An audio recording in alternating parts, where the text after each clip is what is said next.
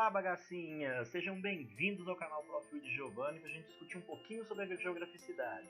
Não se esqueça de se inscrever no canal, ativa as notificações para ficar sempre por dentro das novidades e deixa seu comentário com sugestões, dúvidas, críticas sobre o conteúdo de geografia. E segue a gente lá nas redes sociais. Beijo do Udi, bora para a aula! Ei, meus queridos, vamos continuar nossos estudos, página 178, sobre fluxos comerciais no mundo. O volume de comércio mundial ao longo do século XX e nos primeiros anos do século XXI, o comércio mundial intensificou-se de uma maneira muito acentuada.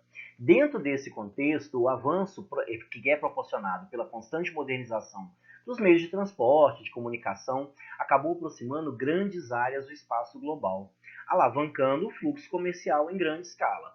Além disso, o GATT, posteriormente a OMC, a Organização Mundial do Comércio, estimularam ainda mais o comércio internacional, reduzindo as tarifas de importação, por exemplo. Esse é o tema da nossa aula de hoje.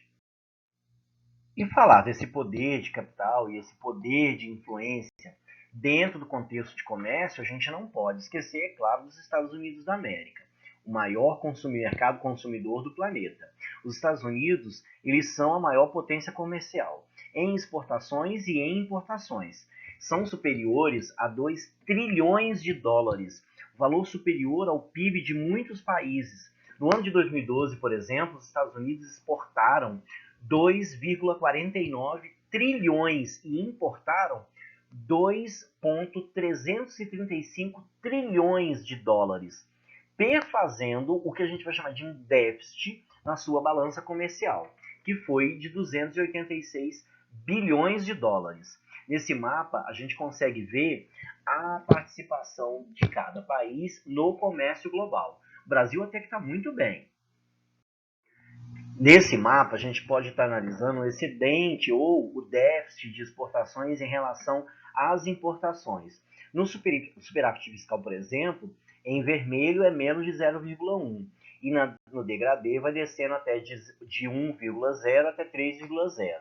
E em déficit, na tabela de verde, quanto mais claro, eu tenho de 0,1 até 25 e vai subindo consequentemente. Os produtos que são mais exportados hoje no planeta, nós vamos ter as máquinas e equipamentos de transporte, combustíveis e minérios, produtos químicos, equipamentos eletrônicos, produtos agrícolas, onde o Brasil se destaca com uma força bem interessante, produtos automotivos, têxteis e vestuários e ferro e aço.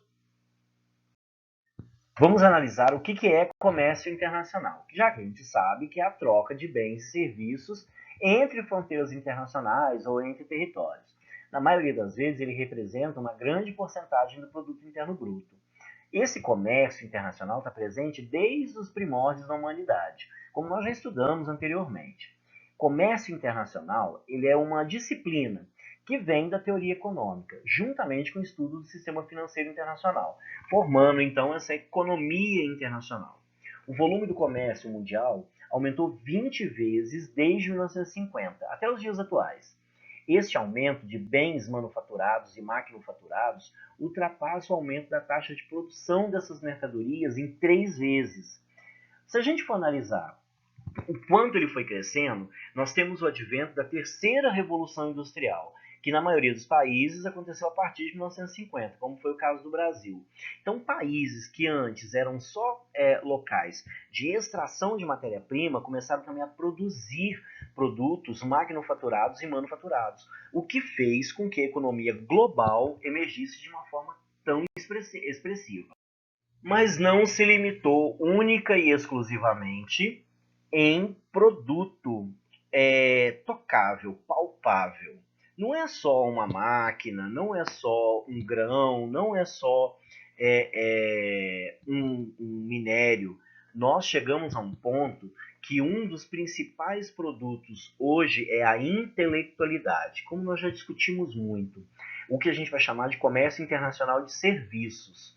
Hoje, grandes empresas se tornaram mais do que multinacionais, são empresas globais, estão presentes em grande parte dos países onde tem sua matéria-prima de origem para a produção. Um outro setor que cresceu muito foi a tecnologia, fazendo então com que esse produto chamado de serviço aumentasse de uma forma significativa.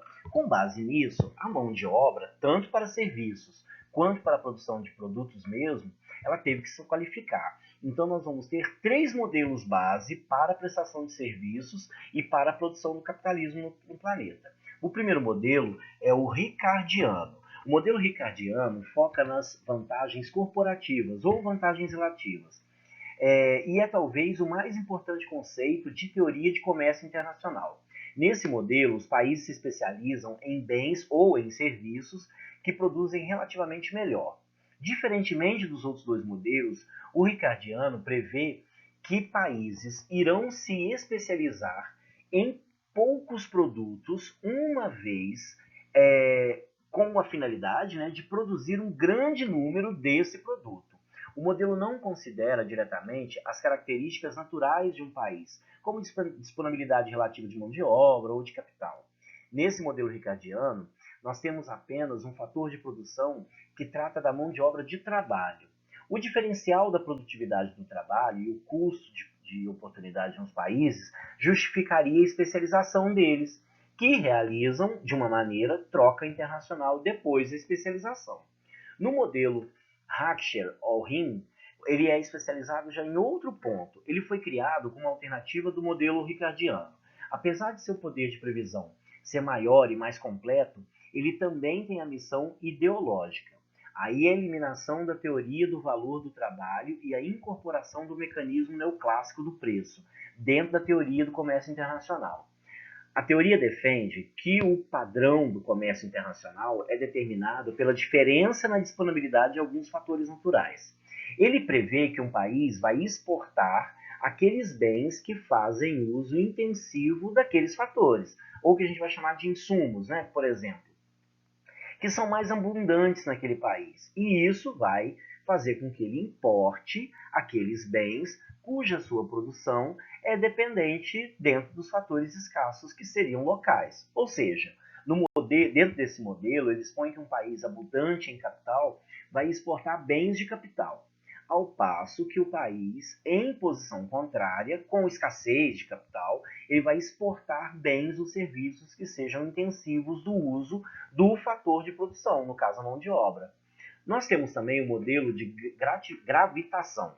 O que é esse modelo? Ele apresenta uma análise mais empírica dos padrões do comércio, em contraposição aos modelos teóricos discutidos anteriormente.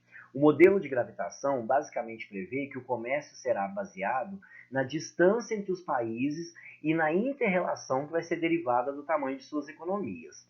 O modelo ele minimiza a lei da gravidade de Isaac Newton, seria mais ou menos isso, que considera a distância e o tamanho dos objetos que se atraem. O modelo tem sido comprovado por um robusto na área da economia, algumas empresas mais robustas. Outros fatores, como é o caso de renda, relações diplomáticas entre os países e as políticas de comércio, foram incluídas nessas versões que podem se expandir a partir desse modelo. Vamos lá, atividade da página 212, eu quero só o número 1 e o número 2.